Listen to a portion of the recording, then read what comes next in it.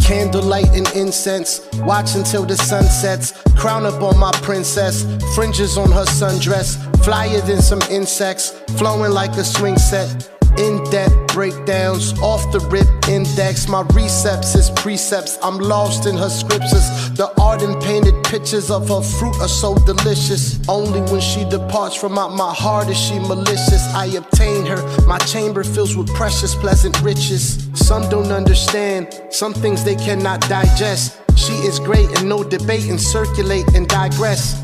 She crieth out, but neither of her eyes wept. Christians out they frog ass mind, this time to dissect.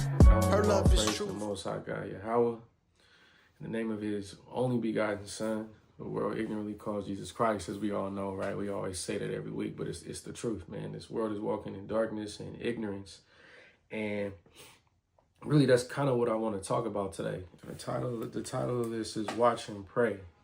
Right, so let's just get into it. All right, so we're in Matthew 26. Meet me there.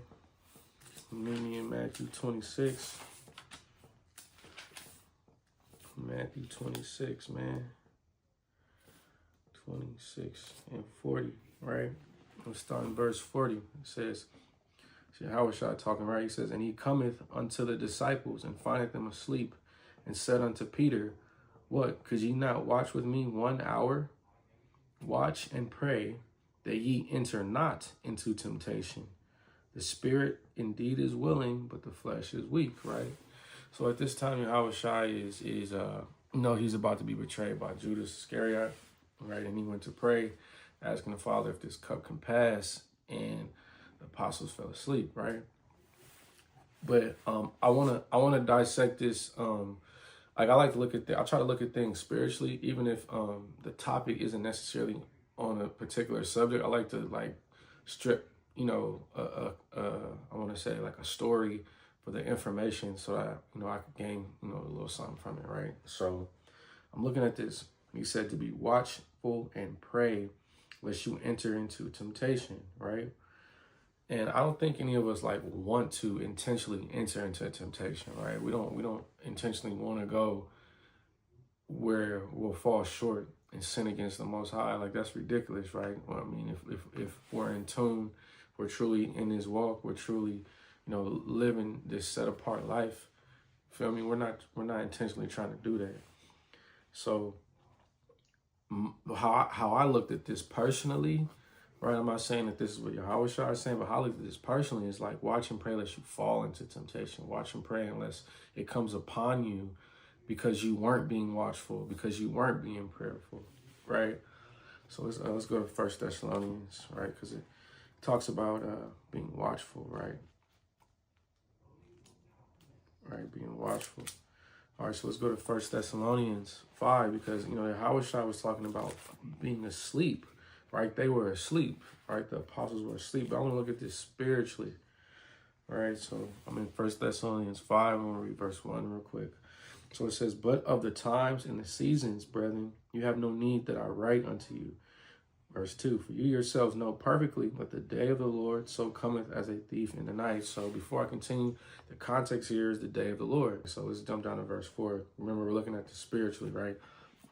But ye, brethren, are not in darkness, that day should overtake you as a thief, right? It should overtake you, so it should suddenly come upon you, right? We understand, you're being watchful, right? Remember, this topic is watching and praying, right?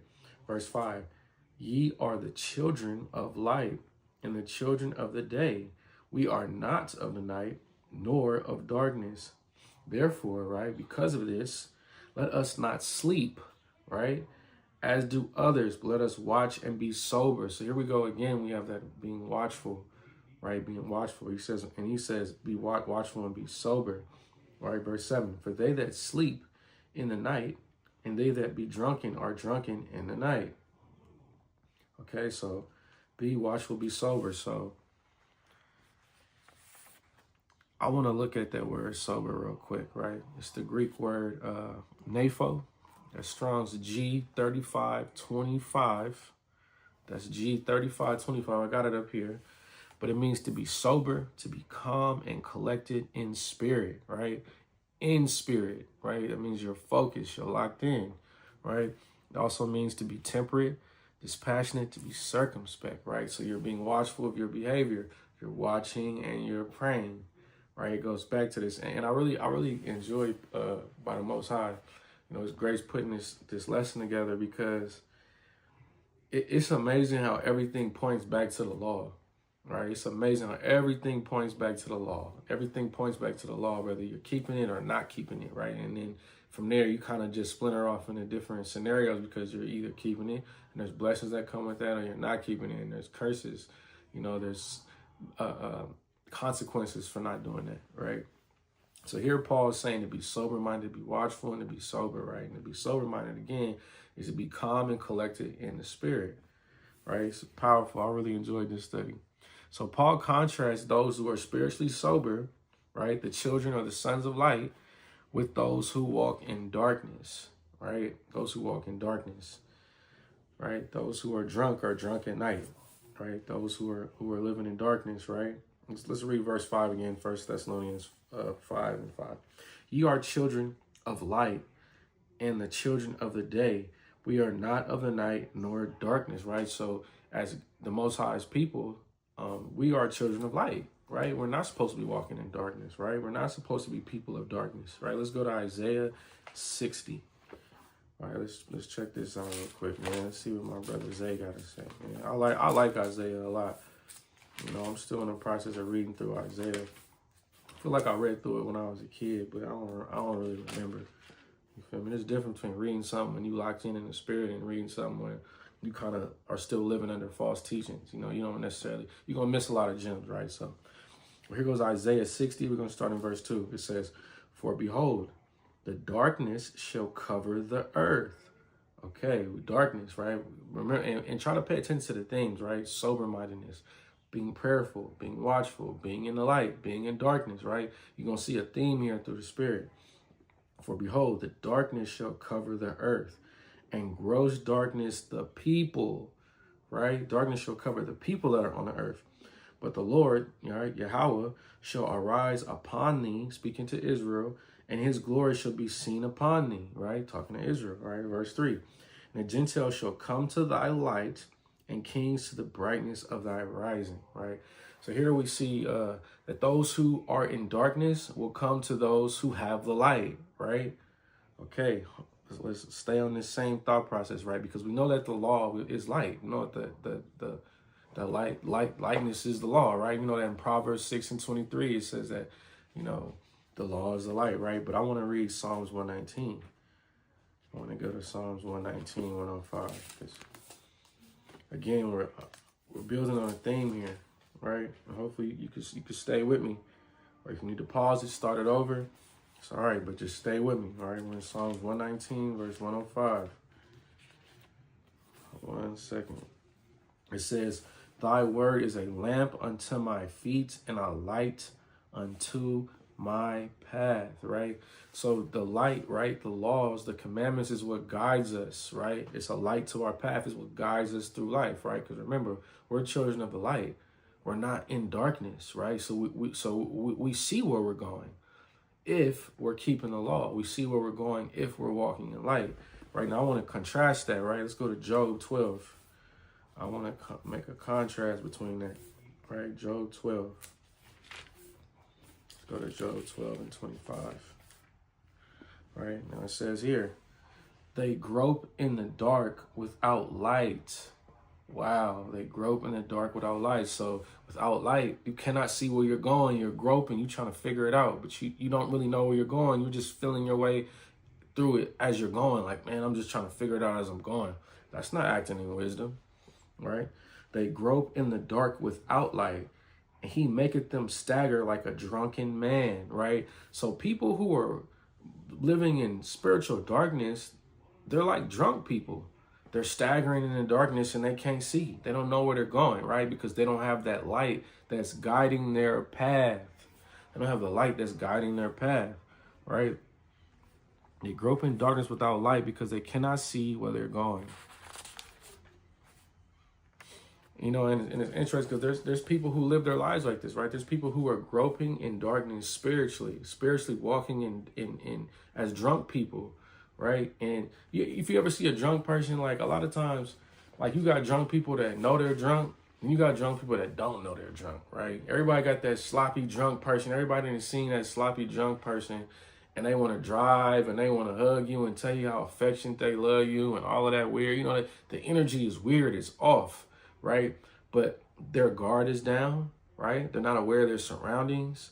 They're doing things that could potentially bring harm to themselves, right? They might not be conducting themselves in the best way. They could offend somebody, and a lot of other scenarios can come from that. I don't want to go down that rabbit hole, but the main thing, right, that I'm pointing out is that they don't know where they're going, they don't know what they're doing, and they don't know what they're bringing on themselves, right? They might wake up in a one of them cells that they put you in to sober out, right? Drunken spiritually people, right? And actually, you know, let's go to Proverbs 23 and 20, right? Because we're actually advised to stay away from people that are like that, right? Right. According to the wisdom of the Most High, we've been advised to stay away from people who are drunk. You know, literally drunk, right? Literally who live like this. But spiritually, how much more should we stay away from people who are drunk? Spiritually, how much more should we separate ourselves from people who can influence us in a negative way? People who can, you know, almost, you know, because drunk people be having stupid ideas.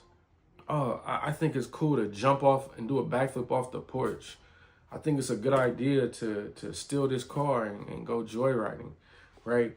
And if you don't understand that this person is drunk spiritually and you go along with them, you're going to be a crash dummy with this person. You're going to suffer the same consequences, if not worse, because of this individual, right, whose counsel you're taking, right? It says in, I want to say that Psalms 1 tells us not to walk in the counsel of the ungodly, right? Not to walk in the counsel of the wicked, right? But here we go. We're in Proverbs 23 and 20. And it reads, be not among wine bibbers, among riotous eaters of flesh, right? So it says don't even be around among people who are wine bibbers. Don't be around people who are drunkards, right? Don't be around these type of people, right?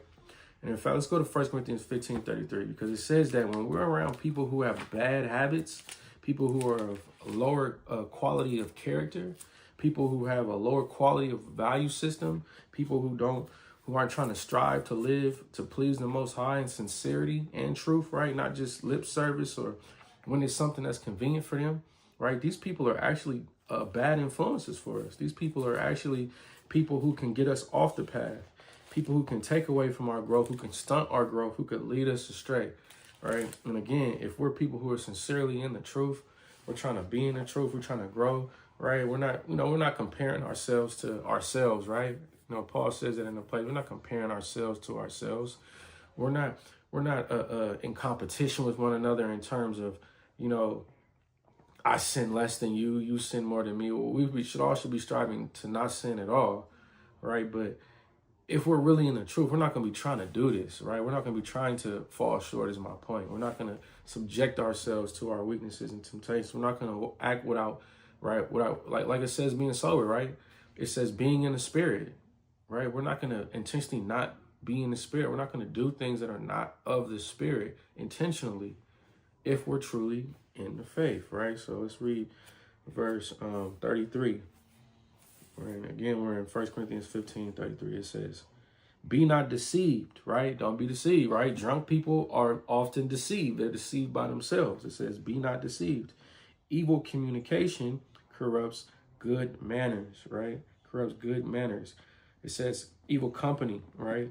Corrupts good habits, right? And what good habits are these? It's keeping the laws of the Most High, right? Those are the good habits that these drunken people who are drunk spiritually, people who are walking in darkness spiritually, they're gonna prevent us from doing that. They're gonna keep us from doing it. They're gonna be a stumbling block for us. So let's make a connection, right, between being sober-minded and keeping the law, right?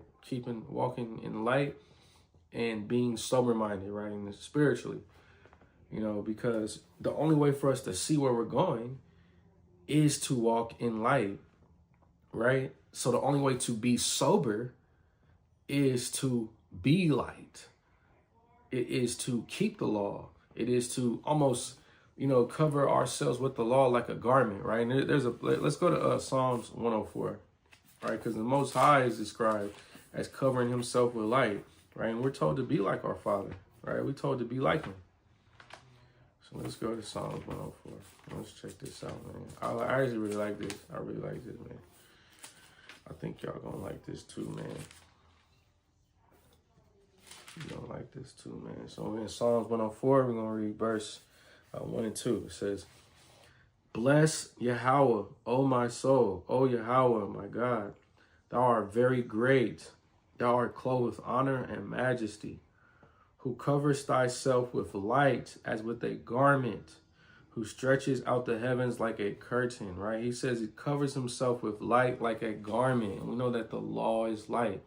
So speaking in terms for us, if we're covering ourselves with light, we're basically immersing ourselves in the law, right? And that is the fruit of the Spirit, right? The fruit of the Spirit is walking in the law, right? People, and I want to make a side note, right? I've heard people talk about brothers or sisters, and they be like, oh, this brother, they don't have the fruits of the Spirit. Like, oh, them camp people, they don't got the fruits of the Spirit. They don't got, and that's such an ignorant statement to make, because you can't be keeping the law and not have fruits of the Spirit, right? Because it says that the Spirit wars against the flesh and the flesh against the Spirit. And so the works of the flesh, right, are evident. They're sin, right? You can go read that in Galatians.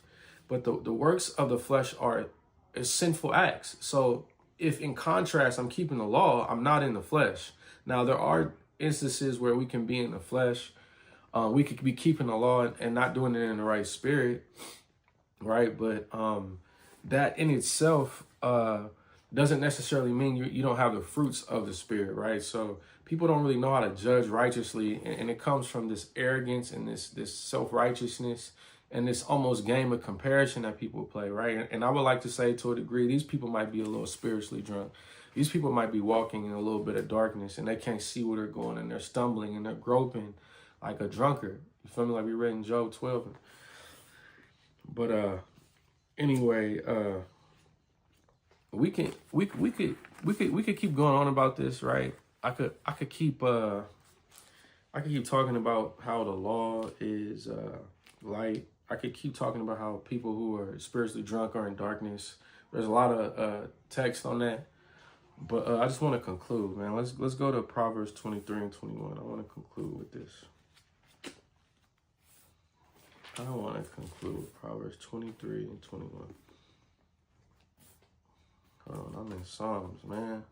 If you ever been looking for Proverbs, you end up in Psalms. Man.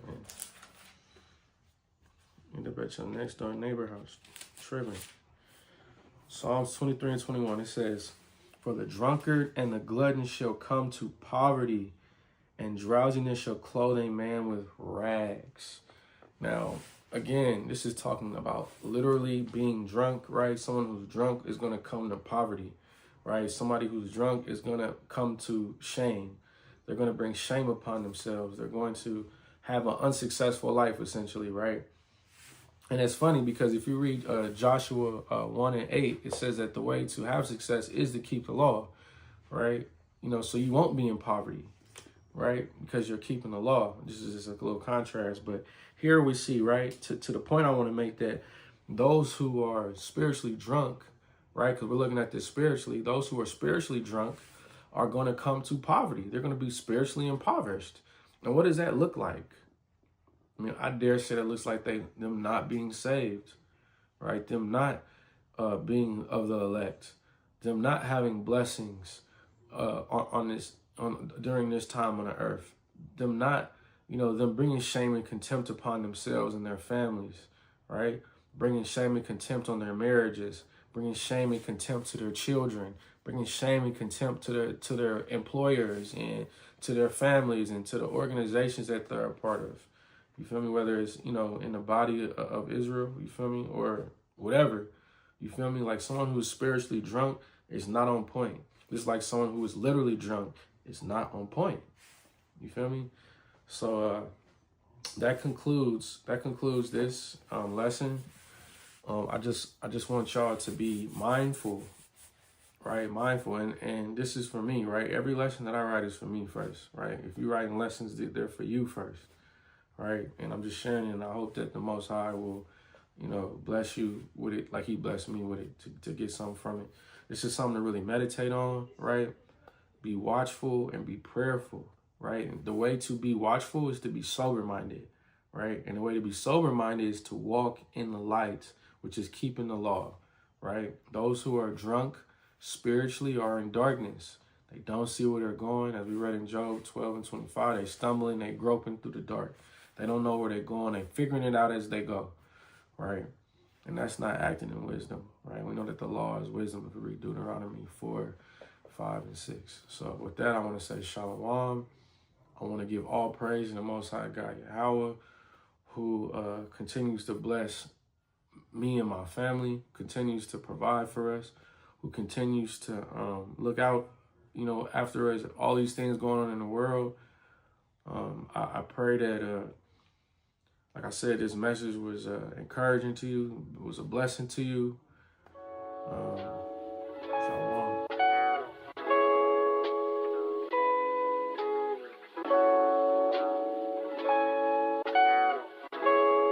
Yonder Music.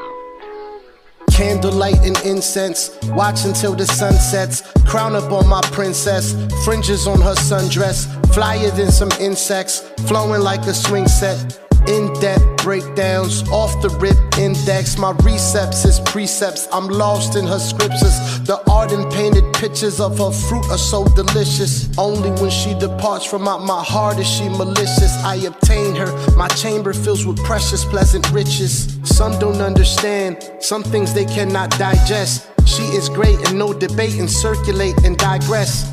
She crieth out, but neither of her eyes wept. Christians out they frog ass mind, this time to dissect.